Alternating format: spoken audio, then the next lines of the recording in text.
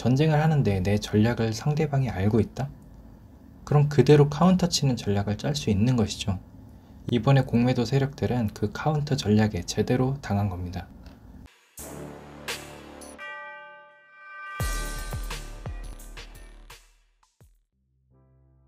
안녕하세요, 후구스토리입니다. 요즘 미국의 오프라인 게임 판매 업체인 게임스탑에 대한 이야기가 굉장히 많이 나오고 있죠. 저도 주가가 급등하는 초반에 게임스탑에 관한 기사를 읽기는 했었지만 이렇게 큰 파장을 일으키게 될 줄은 몰랐습니다. 현재 게임스탑발 헤지펀드의 연쇄 부도로 인한 금융위기가 발생할 수도 있다는 말도 나오고 있는데 약간 걱정이 되기도 하네요.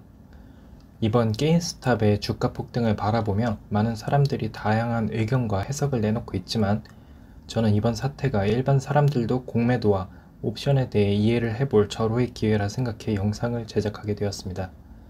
제가 이전에 올린 선물 옵션 영상에서 만기일에 변동성이 커지는 이유는 주가를 떨어뜨리는 세력과 주가를 올리려는 세력의 싸움이라는 표현을 사용했었는데 이번 사건이 그것을 설명하기에 가장 적절한 예가 아닌가 싶습니다.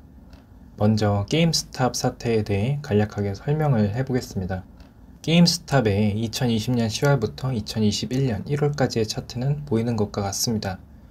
작년 7, 8월 4불에 가까웠던 주가는 10월엔 10불 근처에 있다가 1월 말 현재는 엄청난 주가 변동성을 보이며 300불대에 있습니다. 단순 수치로만 본다면 최근 몇 개월간 3000에서 4000%의 상승을 이루어냈죠. 그런데 이런 엄청난 급등은 이전에 우리가 보아왔던 세력주나 작전주의 모습과 다르다는 점을 눈여겨볼 필요가 있습니다. 일반적인 세력주나 작전주는 저점에서 오랜 기간 매집을 한 후 급등을 일으킬 만한 기사를 터뜨리며 개미들의 관심을 모으고 고점에서 개미들에게 물량을 떠넘기는 방식으로 이익을 실현하지만 이번 게임스탑은 그와 반대로 공매도 세력이 과도한 공매도를 때리고 그 포지션이 노출된 후 개미들이 달라붙으며 주가가 상승했습니다. 그럼 여기서 게임스탑이라는 회사가 어떤 회사인지 잠시 알아보고 가겠습니다. 게임스탑은 콘솔, PC게임과 콘솔 기기와 같이 게임과 관련된 부품은 거의 다 파는 오프라인 매장입니다. 여기서 주목해야 할 점은 오프라인 매장이라는 것인데 요즘 게임이나 게임과 관련된 물품들은 모두 온라인으로 구매가 가능한 상황이 지속되며 2013년 이후 꾸준한 우하향을 보여왔습니다. 이때에도 헤지펀드들은 꾸준히 공매도를 치고 있었고 4불까지 내려왔을 때에도 더 내려갈 것이라는 생각에 팔지 않았다고 합니다. 그런데 2020년 11월 게임스탑은 신형 콘솔 플레이스테이션 5와 엑스박스 시리즈 X가 출시되고 여러 유명인사가 게임스탑에 투자한다는 소식이 들려오며 주가가 꿈틀대기 시작했는데요. 지금 보이는 차트와 같이 10월 초에 관련 기사가 나온 이후 주가가 급등한 것을 볼 수 있습니다. 하지만 이러한 급등은 헤지펀드들 입장에서 좋은 먹잇감이 되었죠. 디지털 판매가 확대되는 와중에 오프라인 게임 유통이라는 특성상 전망이 좋은 기업이 아니었기에 주가가 다시 떨어질 것이라는 기대감으로 많은 공매도가 들어오게 되는 계기가 됩니다. 그렇게 공매도 비중을 늘려가던 와중 슬슬 숏 스퀴즈라는 단어가 서서히 들리며 시장에 관심을 받게 되었고 게임스탑은 40불에 가까운 가격을 형성하게 되었는데 여기서 사건이 하나 터집니다. 바로 공매도 전문 회사인 시트론 리서치에서 게임스탑이 다시 20불로 돌아갈 것이라는 트윗을 하나 날리며 어마어마한 공매도 공격을 시작한 것이죠. 이 트윗을 본 미국의 개미들은 분노했으며 너도 나도 게임스탑의 주식을 사기 시작했습니다.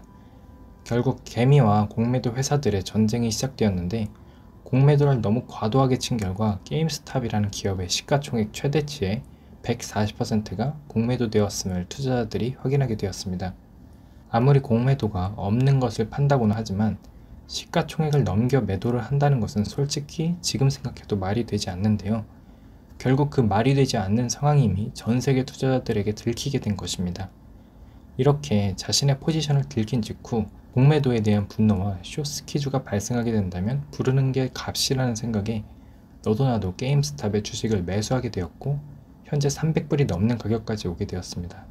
앞으로 어떻게 진행이 될지는 모르겠지만 게임스탑 사태가 단순히 공매도와 개인들의 싸움이라기에는 스케일이 너무 커져버렸고 게임스탑뿐만 아니라 다른 공매도가 과도하게 이루어진 종목들을 중심으로 개미들의 반격이 지속되고 있습니다. 여기까지가 현재의 진행 상황이고, 이러한 사태가 촉발된 원인인 공매도가 무엇인지 알아보겠습니다. 공매도란 한자 그대로 없는 것을 판다입니다. 우리가 일반적으로 주식을 매매할 때 낮은 가격에 매수를 하여 높은 가격에 수익을 내지만, 공매도는 미리 없는 것을 판매하고 나중에 낮은 가격에 채워넣는 매매 방식을 이야기합니다. 따라서 우리가 일반적으로 주식을 매매하는 방식과 정반대라고 보면 되는데요. 주식은 원금을 전부 손실내었을 때 100%의 손실을, 그리고 수익이 날 때엔 오르는 만큼 무제한의 수익을 얻을 수 있으나, 공매도는 최대 수익은 투자금만큼인 100%, 그리고 손실을 볼 때에는 주가가 오르는 만큼 무제한의 손실을 내게 됩니다. 만약 게임스탑에 공매도를 친 세력이 주당 20불의 평단가를 가졌다고 생각한다면, 주가가 40불이 되는 순간 원금을 모두 날린 것이고, 지금 이 순간에도 주가가 계속 오르며 엄청난 손실이 쌓여가고 있습니다. 결국 공매도라는 것 자체가 없는 것을 판 것이기 때문에 어떻게 해서든 다시 매수를 해서 채워 넣어야만 하는데, 이것을 채워넣지 못하게 된다면 결제 불이행이 되게 됩니다. 이 결제 불이행이라는 것은 범죄와도 같이 취급이 되며, 공매도를 진행한 헤지펀드사들의 부도는 물론 그 헤지펀드사의 보증을 섰던 회사들까지 발등에 불이 떨어진 상황이라고 볼 수 있습니다. 그런데 현재 공매도된 주식의 수가 발행 주식의 140%라고 하는데, 이는 발행된 모든 주식을 매수해도 공매도 수량을 맞출 수 없다는 것을 의미합니다. 결국 정말 말도 안 되는 일이 발생한 것인데요. 그것이 가능했던 이유는 무차입 공매도를 하였기 때문입니다. 무차입 공매도란 차입 공매도의 반대로 빌리지 않고 공매도를 친 것을 의미합니다. 차입 공매도란 빌린다, 판다, 산다, 갚는다의 순서로 거래가 이루어지는데요. 누군가가 가지고 있는 주식을 일정한 이자를 내고 빌린 후 매도를 하고 원하는 가격대에 다시 매수를 하여 원래 주인에게 주식을 돌려주는 형태의 공매도입니다. 이것이 대부분의 나라에서 허용하고 있는 공매도 방식이지만, 이번 게임스탑 사태에서는 빌리지 않고 매도를 한 후 나중에 채워넣겠다는 생각으로 무차입 공매도가 이루어진 것입니다. 결국 현재 게임스탑 유통 주식 중 일부는 실제 존재하지 않던 유령 주식을 공매도 회사에서 찍어서 유통시킨 상황이라 보시면 되는데요. 정말 말도 안 되는 상황인 거죠. 이런 말도 안 되는 상황이 발생했더라도 없던 일처럼 다시 매수를 해서 채워 넣었으면 이런 사태가 발생하지 않았을 겁니다. 하지만 가장 큰 문제는 그 포지션을 들켜버린 겁니다. 전쟁을 하는데 내 전략을 상대방이 알고 있다? 그럼 그대로 카운터 치는 전략을 짤 수 있는 것이죠. 이번에 공매도 세력들은 그 카운터 전략에 제대로 당한 겁니다.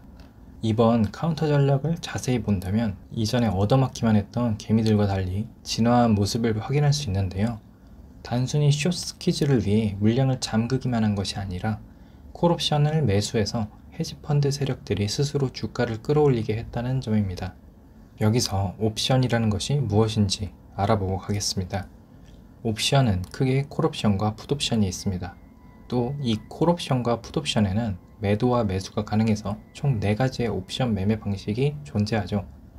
콜옵션은 정해진 가격에 살 수 있는 권리이고, 풋옵션은 정해진 가격에 팔 수 있는 권리입니다. 옵션을 매수하는 사람 입장에서는 사거나 팔 수 있는 권리를 구매하는 것이기 때문에 자신에게 손실이 난다면 그 권리를 포기할 수 있습니다. 예를 들어 보겠습니다. 게임스탑 주식이 20불일 때 만기일에 게임스탑 주식을 40불에 매수할 수 있는 권리인 콜옵션을 5불에 매수했다고 가정해 봅시다. 만기일에 게임스탑 주식이 40불을 넘지 않는다면 투자금인 5불의 전액 손실을 내고 권리를 포기할 수 있습니다. 하지만 45불이 넘는 순간부터 수익이 나게 되는데요. 우리가 결과를 알고 있기 때문에 20불일 때 저 콜옵션을 매수해야겠다는 생각을 하지만, 당시에는 게임스탑 주식이 올라갈 것이라고 생각하는 이는 굉장히 적었을 겁니다. 따라서 기관은 이러한 옵션을 만들어서 콜옵션을 매도했고, 개미들은 콜옵션을 매수했습니다. 원래 예상대로였다면 콜옵션을 매도한 기관은 5불의 수익을 내고 끝냈겠지만, 게임스탑의 주가가 폭등을 하며 콜옵션을 매수했던 개미들이 엄청난 수익을 내게 되었습니다. 개미들이 콜옵션을 통해 엄청난 수익을 냈다는 것은 반대로 콜옵션을 판매한 기관은 엄청난 손실을 입게 되었다는 건데요. 이 손실이 확정이 나는 날은 바로 만기일인데, 그 만기일이 바로 얼마 전인 1월 29일이었습니다.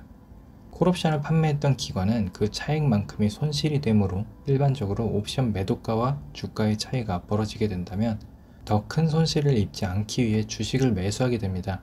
그런데 주식을 매수해서 옵션 손실을 만회하려 한다면 기관 스스로가 주가를 올리면서 매수를 하게 되죠. 그런데 주가를 올린다면 140%나 달하는 공매도에 대한 손실이 눈덩이처럼 불어나고요. 정말 이러지도 저러지도 못하는 상황이 펼쳐진 겁니다. 만기일이 포함되어 있던 저번 주의 게임스탑 주가를 본다면 정말 엄청난 변동성을 보여주는데요. 140%의 공매도가 이미 벌어졌는데 그것을 어떻게든 해결해 보려 하는 모습이 반영된 주가가 아닌가 싶습니다. 물론 여기서 끝이 아닙니다. 지금까지 알려진 정보 그대로 공매도 물량이 아직까지도 어마어마하다면 언젠가 반드시 메꾸어 넣어야만 하지만 유통 주식수를 뛰어넘는 물량을 공매도한 상황이기 때문에 어떻게 될지 잘 모르겠습니다. 과연 우리가 예상하는 것처럼 숏 스퀴즈가 발생해서 부르는 게 값이 되는 날이 올지 흥미진진합니다. 이번 게임스탑 사태는 기관들이 개미들을 마음대로 주무르던 모습을 확인할 수 있었던 사건이라 생각합니다. 하지만 개미들도 예전과 다르게 많이 똑똑해졌고 이제는 만만히 볼 상태가 아닌 것 같습니다. 또한 무차익 공매도와 같이 말도 안 되는 제도는 고쳐져야만 할 것 같습니다. 그럼 오늘 영상은 여기까지 하겠습니다. 후가 없는 그날까지 후스토리였습니다. 감사합니다.